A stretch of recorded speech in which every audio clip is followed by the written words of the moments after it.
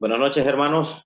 Es un gusto saludarlos nuevamente y poder abrir la palabra del Señor y edificar nuestras vidas. Estamos considerando la primera carta del apóstol Juan y observábamos en ella el perfil de un verdadero cristiano. Toda la carta gira en torno a determinar si en realidad hemos nacido de nuevo o no, o si solamente ha sido por emoción, un impulso nada más, o si en realidad ha habido un encuentro personal con Jesús, una convicción. Decíamos que en el capítulo 1 se habla de que un creyente verdadero disfruta o experimenta comunión verdadera, y en el capítulo 2 es alguien que permanece en Cristo.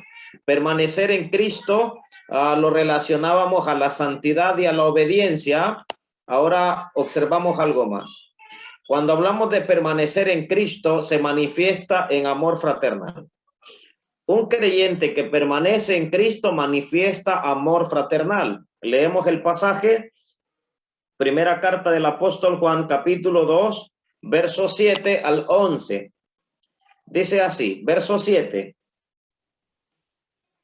Hermanos, no os escribo mandamiento nuevo, sino el mandamiento antiguo que habéis tenido desde el principio. Este mandamiento antiguo es la palabra que habéis oído desde el principio. Verso 8. Sin embargo, os escribo un mandamiento nuevo que es verdadero en él y en vosotros, porque las tinieblas van pasando y la luz verdadera ya alumbra. Verso 9. El que dice que está en la luz y aborrece a su hermano está todavía en tiniebla. El que ama a su hermano permanece en la luz y en él no hay tropiezo, pero el que aborrece a su hermano está en tinieblas y anda en tinieblas y no sabe a dónde va porque las tinieblas le han cegado los ojos. Cuando leemos el pasaje, pareciera que aquí hay una aparente contradicción entre el verso 7 y el 8, porque va a decirlo así. En el verso 7 dice que no le va a escribir un mandamiento nuevo. Y en el verso 8 dice, sin embargo, os escribo un mandamiento nuevo. La pregunta ¿es nuevo o no es nuevo? Porque si dice que es un mandamiento que ellos ya lo conocen, es un mandamiento antiguo, pero luego les dice que es nuevo. Hay una aparente contradicción entre el verso 7 y el 8, aunque en realidad no es así. Cuando nosotros leemos detenidamente el texto, nos damos cuenta que allí hay algo implícito que en realidad sí nos ayuda a poder entenderlo. Él comienza así diciendo en el verso 7, no les escribo un nuevo mandamiento, sino el mandamiento antiguo. Es una característica de los escritos de Juan. Lo menciona también en el Evangelio. En términos temporales está asociando esto él. El mandamiento no era nuevo, sino en cuanto a la calidad. A los creyentes se nos ordena amar como el Señor Jesús nos amó. Eso lo dice Juan capítulo 13, verso 34. Antes de ir a observar ese pasaje de Juan 13, 34, quiero hacer hincapié en esto. El mandamiento es muy antiguo. Ellos tenían que amar a sus prójimos. La Biblia lo dice desde el Antiguo Testamento. En el Nuevo Testamento, cuando el Señor fue preguntado por los mandamientos, resume los 10 mandamientos de la ley de Moisés o la ley mosaica, la resume en 2 mandamientos o lo encierra en 2 aspectos. Dice él, amarás a Dios con todo tu corazón. Amar a Dios por sobre todas las cosas encerraba los primeros mandamientos. Los mandamientos restantes o la segunda sección de los mandamientos está asociada al prójimo. Y decía él, amarás al prójimo como a ti mismo. Ahí resume toda la ley. Entonces, ¿qué es lo que él nos enseña a nosotros? Porque si el mandamiento es antiguo, ¿qué es lo que va a enseñar él? Hermanos, exactamente va a enseñar lo que nosotros debemos aprender. Porque nosotros sabemos que el mandamiento ya está dado. pero en la ejecución del mandamiento es donde nosotros estamos teniendo dificultad. En ese pasaje de Juan capítulo 13, verso 34, él nos enseña lo siguiente. Dice en Juan capítulo 13, verso 34, un texto que él citó: un mandamiento nuevo os doy, que os améis unos a otros. Y aquí viene el ejemplo: como yo os he amado, que también os améis unos a otros. ¿Qué es amarse unos a otros? Hermano, frecuente. Bueno, problemas con el internet. Trataremos una vez más de proyectar. Esperamos que no sea este el problema. Estamos considerando el pasaje de Juan 13, 34 y decíamos que de este mandamiento el Señor es ejemplo. Dice: como yo os he amado. Él se pone como el ejemplo máximo. Como yo les he amado, nosotros tenemos que amarnos también. Si le damos continuidad al verso 35, entendemos que en el verso 35 dice que en esto conocerán que sois mis discípulos. Estoy hablando de Juan 13, 35. Hermanos, el mundo va a saber o va a conocer que nosotros somos discípulos de Cristo si en verdad nos amamos. Si nos amamos como Cristo nos amó. Es que una cosa es decir amarnos en el contexto nuestro, pero amarnos como Cristo nos amó es algo muy diferente. Es muy diferente. Les contaba que yo había escuchado por radio, había escuchado una historia, luego la leí también hace poco, la leí en un libro, me gustó mucho. Dice que los sábados por la noche era costumbre en el hogar del piadoso Samuel Rutherford hacer reuniones familiares. En esa ocasión él invitó a un extraño a unirse al círculo familiar, a la reunión que ellos tenían. Cuando llegó, ellos hacían concursos bíblicos o preguntas bíblicas, y cuando llegó el turno del extraño, la pregunta fue la siguiente: ¿cuántos mandamientos hay? Es sencillo. Obviamente, Rutherford estaba hablando, haciendo mención de la ley mosaica. Entonces respondió el extraño: son 11. Rutherford se asombró que un hombre tan culto y tan preparado, que se veía a simple vista, fuera tan ignorante, y le dijo: no son 11, son 10. Y él le dijo: no, son 11. ¿Qué fue lo que agregó entonces este extraño? Bueno, agregó las palabras que están en este versículo: un mandamiento nuevo os doy, que os améis unos a otros. Rutherford extendió su hospitalidad al extraño y no solo lo dejó, le permitió quedarse en la reunión familiar, sino que le brindó una cena y también le dio donde dormir. Al día siguiente, un día domingo, mientras Rutherford con su familia van hacia la reunión, hacia el culto, escuchó entre los árboles a alguien que hablaba en voz baja, pero casi con quejidos. Y entonces él reconoció la voz y era la voz del extraño. Cuando él miró cómo este hombre estaba y escuchó cómo este hombre estaba orando, luego que terminó la oración, entonces se le acercó Rutherford y le hace la siguiente pregunta al extraño: ¿quién eres? Le respondió el extraño: soy Usher. Para los que saben de quién hablo, les estoy hablando de uno de los maestros bíblicos, de los hombres que Dios ha capacitado entre los más grandes. Le estoy hablando con una capacidad de redacción. Hay mucho material que nosotros quizás tal vez no los tengamos directamente de primera mano de Usher, pero muchos de los grandes comentaristas se basan en los descubrimientos y las cosas que Dios le permitió a él dejar plasmadas en un libro. Entonces, cuando él se dio cuenta quién era el extraño, entonces obviamente lo invitaron a la reunión, al culto, y en el culto le dieron la participación de predicar. ¿Cuál cree que fue el mensaje y el texto que él tenía como base? Ese: un mandamiento nuevo os doy, que os améis unos a otros. ¿Por qué hemos descuidado el mandamiento, hermanos? ¿Por qué se nos olvidó el mandamiento? Si el Señor hizo tanto hincapié en el mandamiento, ¿por qué nosotros lo hicimos a un lado? Y por esas razones que tenemos que reflexionar. Porque permanecer en Cristo, hermanos, permanecer en Cristo se va a expresar en el amor fraternal. Y lamentablemente el amor fraternal, el amor de Cristo en nosotros ha desaparecido. ¿Cómo es que Cristo ama? ¿Cómo es el amor de Cristo?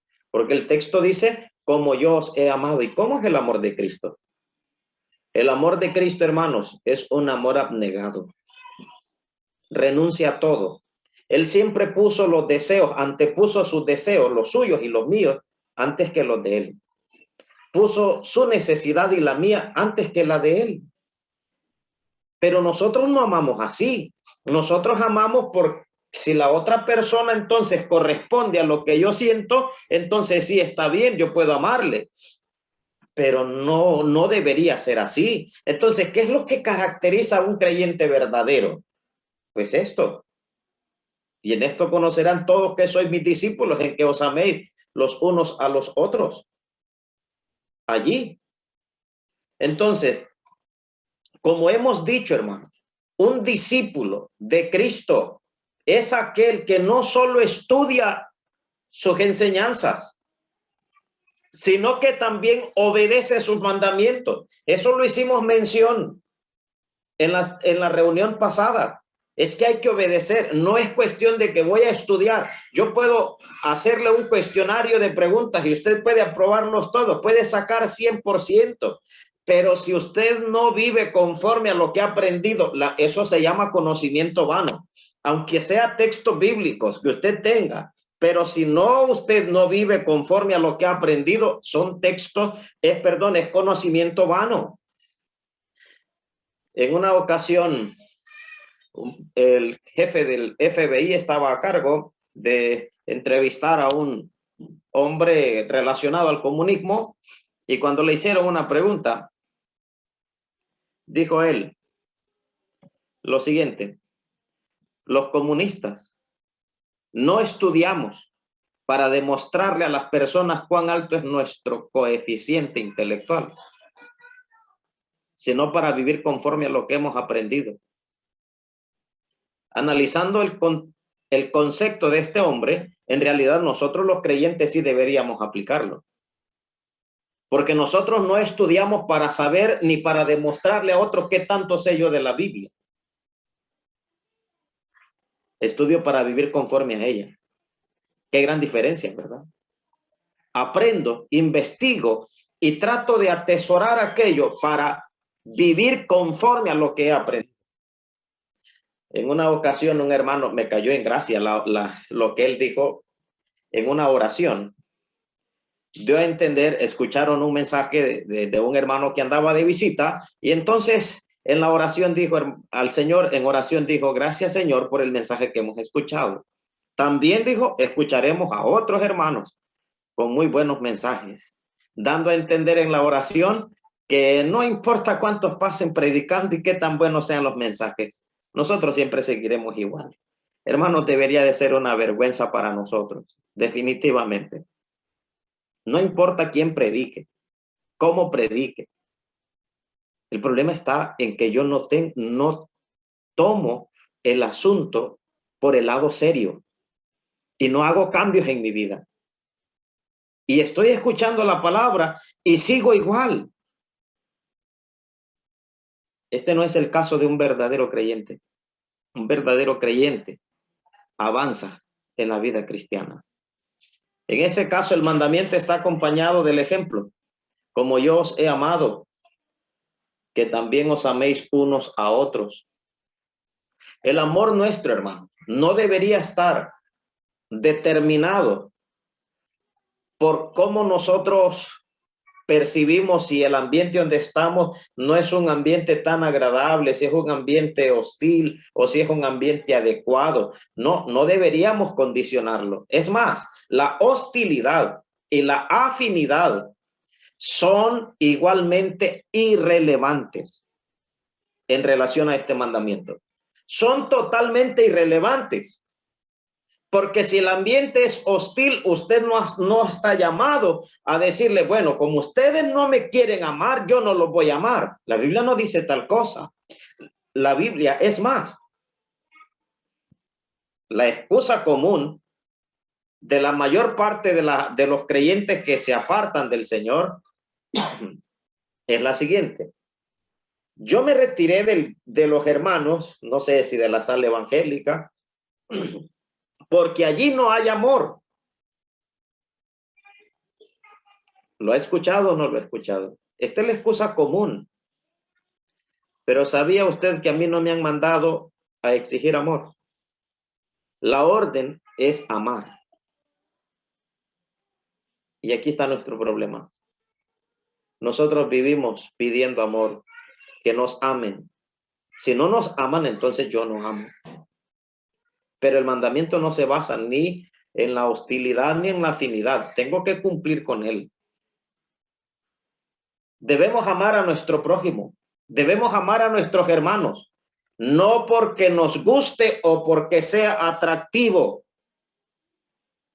Comúnmente nosotros basamos nuestro afecto en que si soy afín a la otra persona, comúnmente, pero no debería ser así, hermanos. El Señor Jesús no amó de esta manera. Nuestro amor no debe ser selectivo.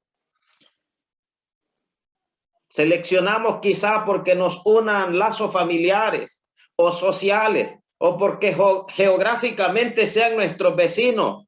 No deberíamos amar por ello, sino simplemente porque estamos obligados a mostrar el amor de Cristo a los demás. Eso, por esa razón, porque es nuestro deber, es una orden, es un mandamiento, mostrar amor a otros como Cristo nos amó. Y esto es lo que el texto nos está diciendo acá. Dice el verso, hermanos, no os escribo un mandamiento nuevo, no es nuevo.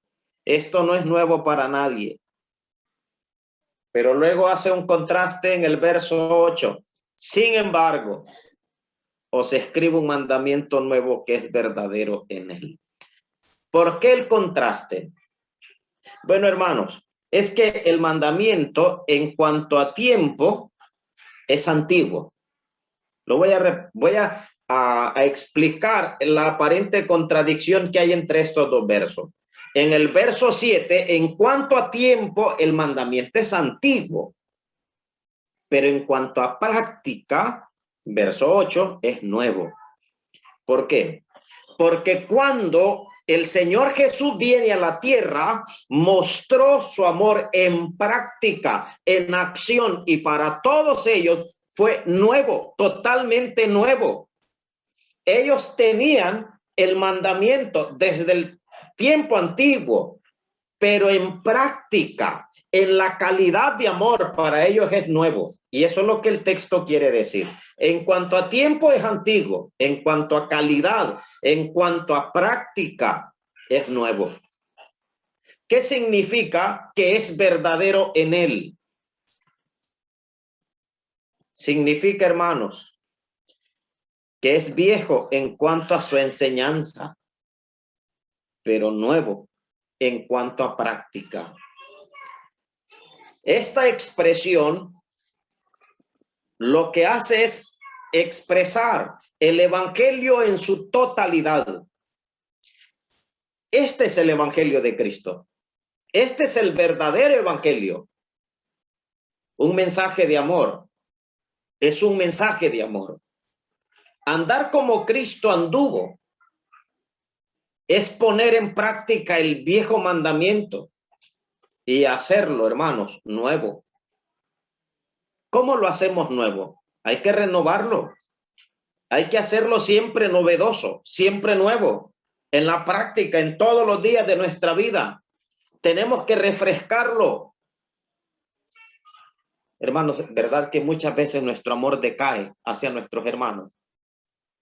¿Cuántos de los que están conectados? Creo que lo van a entender. Hay muchos hermanos que por la distancia, quizás por la poca cercanía, ya no hay tanta amistad, ya no hay tanto amor fraternal. Estamos en el mundo de la tecnología y estamos en el tiempo de la comunicación rápida y fácil, pero puedo decirles que cuando comenzamos todos, creo que a la mayoría nos pasa, cuando usted integra un grupo de WhatsApp, sí sabe a lo que me refiero, ¿verdad? Y usted comienza con todas las ganas y puede leer hasta, bueno, darse el costo de leer todos los mensajes uno por uno, y ahí va viendo a ver quién escribe y quién no escribe en el grupo y ahí está. Pero luego va pasando el tiempo, ya solo van cayendo unos cuantos mensajes y algunos mejor lo que hacen pues es silenciarlo por un tiempo y allá se vuelven a aparecer. Porque a medida vamos nosotros quizás distanciándonos por el trabajo, por X o Y motivo, lo que sea, vamos distanciándonos, nos vamos distanciando de nuestros hermanos y con ello también se va alejando o menguando nuestro afecto hacia ciertas personas. No debería ser así. No debería ser así. Porque nuestro amor, hermanos, no debería basarse en realidad en eso. Debemos amar como Cristo amó y mantenerlo fresco, renovándolo. El Señor Jesús nos enseñó a amar hasta a nuestros enemigos. Qué difícil, ¿verdad? Yo sé que de repente algunos hermanos quizás son un poco difícil de tolerarlos. Nosotros decimos que este es sangre pesada, es que se siente, dice uno de inmediato, siente que no hay una afinidad allí. Pero usted ama a sus hermanos, así como son. Hermanos, los creyentes debemos amarnos y apoyarnos y mantenernos juntos. Como decía en el capítulo 1, hablando de la comunión, para mantener la comunión, el amor entre hermanos es vital para mantener esa comunión. Pero tenemos que amarnos a pesar de nuestra deficiencia, a pesar de nuestros errores, sin importar en sí lo que nosotros tenemos. Puede ser nuestro carácter. Quizás una de sus debilidades sea su carácter, que sea un carácter muy fuerte. Recuerdo un hermano mencionaba de los erizos o el puercoespín, como usted más fácil lo conozca, en los lugares donde hay nieve, donde es hielo, los animalitos estos, para poder sobrevivir a esas temperaturas tan bajas, se juntan todos y se hacen un solo grupo. Ahora imagínense las espinas de estos. Los compañeros salen todos heridos. Si alguno rehúsa a soportar las espinas de su compañero, se retira del grupo, pero muere congelado. Nosotros los creyentes nos hacemos un solo nudo. Y aun cuando nuestras espinas van a herir a nuestros compañeros, pero es de la única forma que podemos sobrevivir, hermanos. Desde que surge un proyecto como este para mantener el calor espiritual de los jóvenes, ¿no le parece que Satanás tenía algo en mente, pero Dios tenía otra cosa en plan para nosotros? Una de los grupos más, podemos decir, a quienes se les ha apoyado más en medio de la pandemia, ha sido la juventud. Bueno, aquí en nuestro país, con este programa ha sido de gran bendición. Y se han mantenido en un calorcito espiritual. Pero usted está dispuesto, hermano, a seguir con ese calor espiritual, con ese amor de hermanos, o ya piensa que ya es mucho y comienza a apartarse. Me atrevo a pensar que hay algunos que ya se están apartando, y ya no tienen calorcito espiritual. Hermanos, este mundo es un desierto y está al acecho para Satanás como león rugiente para devorarnos. Solamente en el calorcito espiritual de los creyentes nosotros podemos seguir avanzando el amor fraternal. ¿Cuántas veces un hermano de repente fue grosero con nosotros? Porque pasa, yo conozco hermanos que son muy groseros y dicen cosas muy hirientes. Y tal vez nos dijo en un momento donde nosotros estábamos un poco desanimados y lo único que queremos hacer nosotros es irnos. Pues esa es la solución. Párese en el puesto y pídele al Señor ayuda y comience a amar a sus hermanos, a sus ancianos, a los diáconos, a los predicadores, a las hermanas mayores, a los hermanos mayores, a todos los hermanos. Busca el calor espiritual de los creyentes. Y tenemos que ir renovando el amor, porque es verdadero en él. ¿Qué más dice el texto? Dice el verso, porque las tinieblas van pasando. No hay término medio, hermanos, entre la luz y tinieblas. No existe término medio, ni entre el amor y el odio, ni entre la vida y la muerte, ni entre Dios y el mundo. No hay término medio. Donde quiera que haya vida espiritual, por débil que sea, allí no reinan ya las tinieblas ni la muerte. Allí el amor desaloja al odio por completo. Pero si hay vida espiritual, si es un verdadero creyente, se acaba esto. No puede haber odio. Hermanos, el corazón del creyente no puede estar partido, no puede tener odio y amor. Si tiene amor, es un verdadero creyente. Si tiene odio, dice el texto, que no es creyente. No pueden caber estos dos en el mismo corazón. No caben. O es uno o es el otro. Dice el texto que la luz verdadera ya alumbra. Jesús es la luz del mundo. Una metáfora bíblica que expresa la verdad, la revelación y la pureza moral.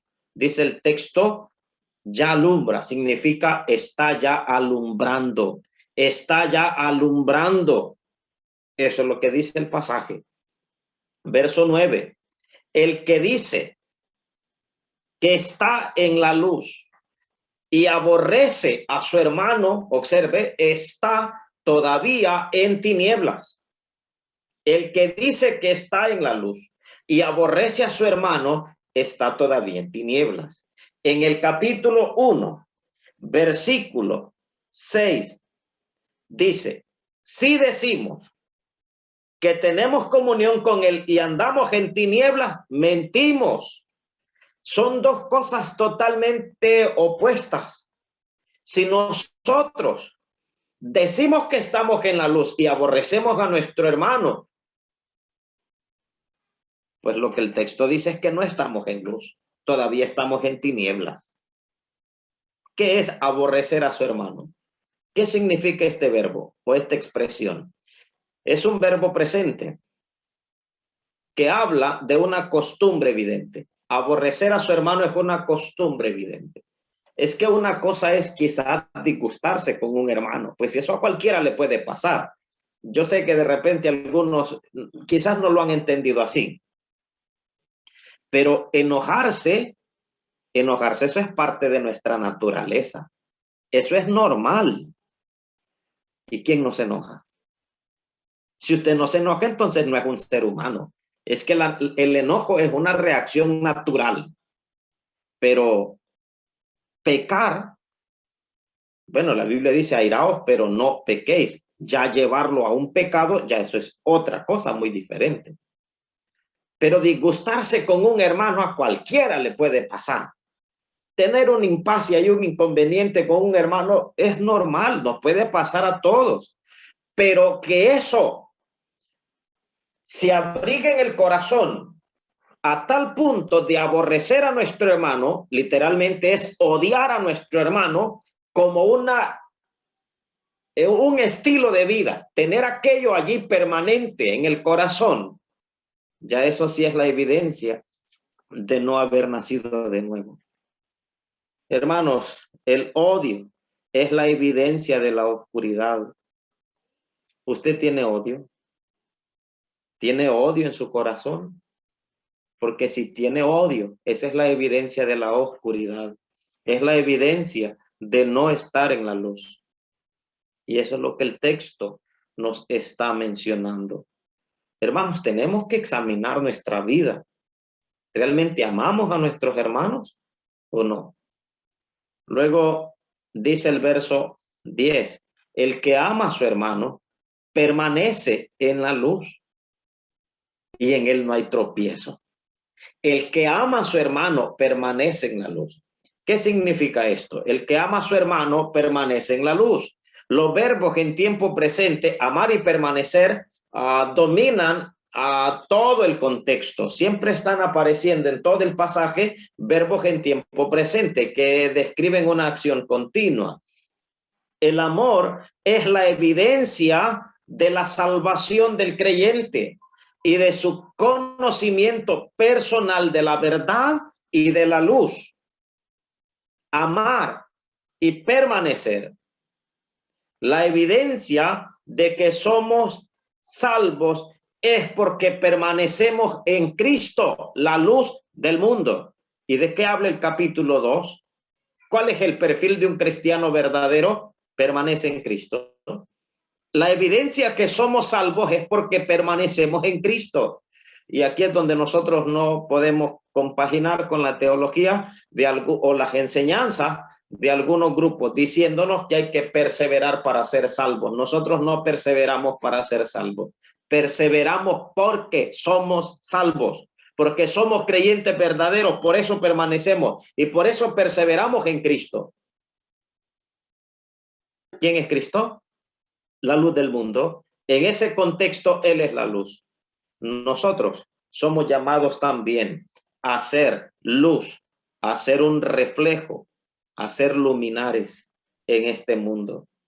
El verso 11, para cerrar con esta sección, dice el verso 11, pero el que aborrece a su hermano está en tinieblas y anda en tinieblas y no sabe a dónde va porque las tinieblas le han cegado los ojos. ¿Cómo puede saber a dónde va? Y no sabe a dónde va. Hay un ejemplo de una iglesia entera tenía este problema. Apocalipsis, capítulo 3, la iglesia de la Odisea. La iglesia de la Odisea decía, yo soy rico y me he enriquecido y de ninguna cosa tengo necesidad. Y le dice Dios, y le dice el Señor, y no sabes que tú eres pobre, miserable. Y le usa esta palabra, ciego. ¿Por qué le dice ciego? Porque la iglesia no podía ver. No podía ver. Es más, ni tenía la capacidad de saber. Dice el texto, y no sabes. Representa la ignorancia espiritual.